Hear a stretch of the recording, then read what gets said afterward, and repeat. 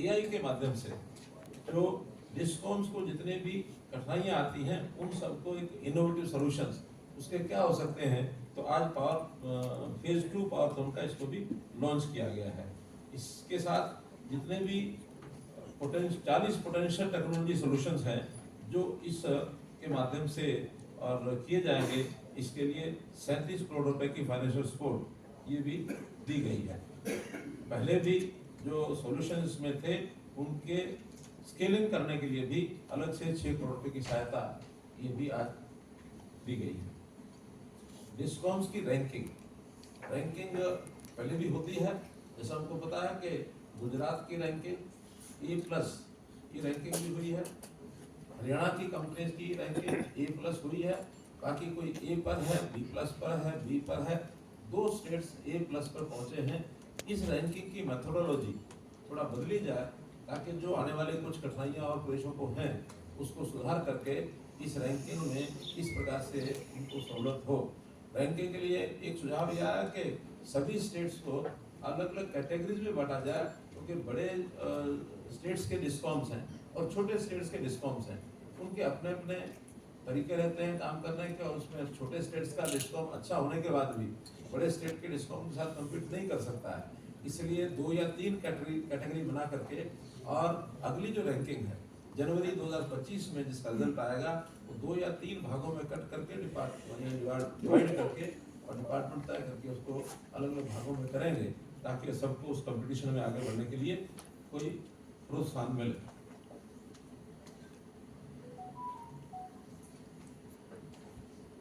Consumers के अपने जो राइट्स हैं और डिपार्टमेंट के जो अपने रूल्स हैं, इन रूल्स को बनाया जाता है कंज्यूमर के राइट्स को प्रोटेक्ट करने के लिए, ईज ऑफ लिविंग के नाते से उनको सर्विसेज अच्छी दी जा सके।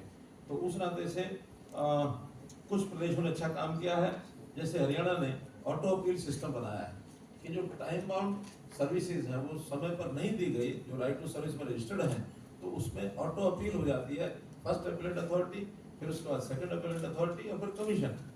इसी प्रकार से बिहार ने भी, उत्तर प्रदेश ने भी ऐसे कुछ अपने सिस्टम बनाए हैं, उसमें भी ऑटो एस्केलेशन, ये उन समस्याओं का हल होने के लिए सिस्टम है ताकि समय पर लोगों को सेवा जो है वो मिल सके। इस प्रकार का हमने काम किया है। जहाँ कहीं कंज्यूमर को उसकी सेवाओं को मिलने में कठिनाई आती है, कमी होती है, तो संबंधित व्यक्ति के ऊपर जिसके कारण से कमी रही उसके ऊपर फाइन लगाने का भी एक प्रावधान है, और वो फाइन जो है सरकार के खाते में न जाकर के कंज्यूमर को उसका कंपनसेशन मिले, ये एक प्रावधान भी है। अभी इस प्रोसेस बहुत स्लो है, लेकिन हमने कहा कि प्रोत्साहन कंज्यूमर को भी मिले और काम करने की प्रेरणा जो संबंधित व्यक्ति है उसको भी मिले, इसलिए फाइन लगा करके और कंपनसेशन देने की व्यवस्था भी करें, ताकि किसी को अगर कोई उसकी हानि हुई है बिजली के किसी भी कारण से, सर्विस के कारण से, उसका कंपनसेशन उसको मिलना चाहिए, इसकी व्यवस्था भी हमने की है। रूफटॉप इंस्टॉलेशन ऑफ पीएम सूर्य घर, जो पीएम सूर्य घर योजना है, इसके अंदर अभी तक देश भर में 1,43,00,000 ये लोग रजिस्टर्ड हैं, और उसमें एप्लीकेशन फिलअप करनी पड़ती है। 25 लाख के लगभग लोगों ने अप्लाई किया है कि हम इसको कनेक्शन लेने के लिए तैयार हैं।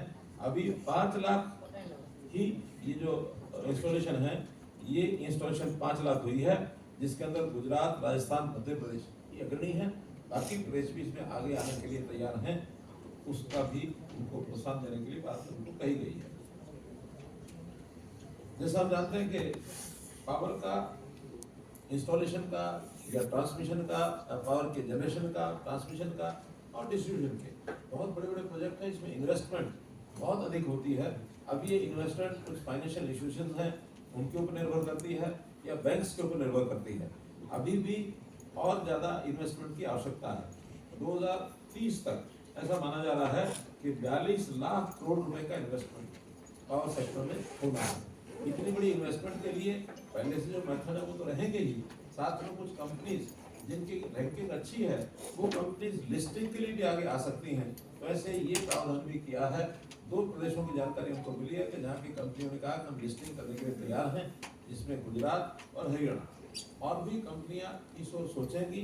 आज उनकी ओर से विषय आया है, अपनी पहले रैंकिंग ठीक करेंगे, उसके बाद फिर खास करके ट्रांसमिशन की कंपनी सबसे पहले आएंगी, फिर इसके बाद जो हमारी जनरेशन की कंपनी, और फिर डिस्कॉम्स, क्योंकि डिस्कॉम्स का ही थोड़ा जो वायबिलिटी है वो फ्लक्चुएटिंग है, बाकी की फ्लक्चुएटिंग नहीं होती है। लेकिन लिस्टिंग के बाद जो इन्वेस्टमेंट पर्पस है वो है फंडिंग का।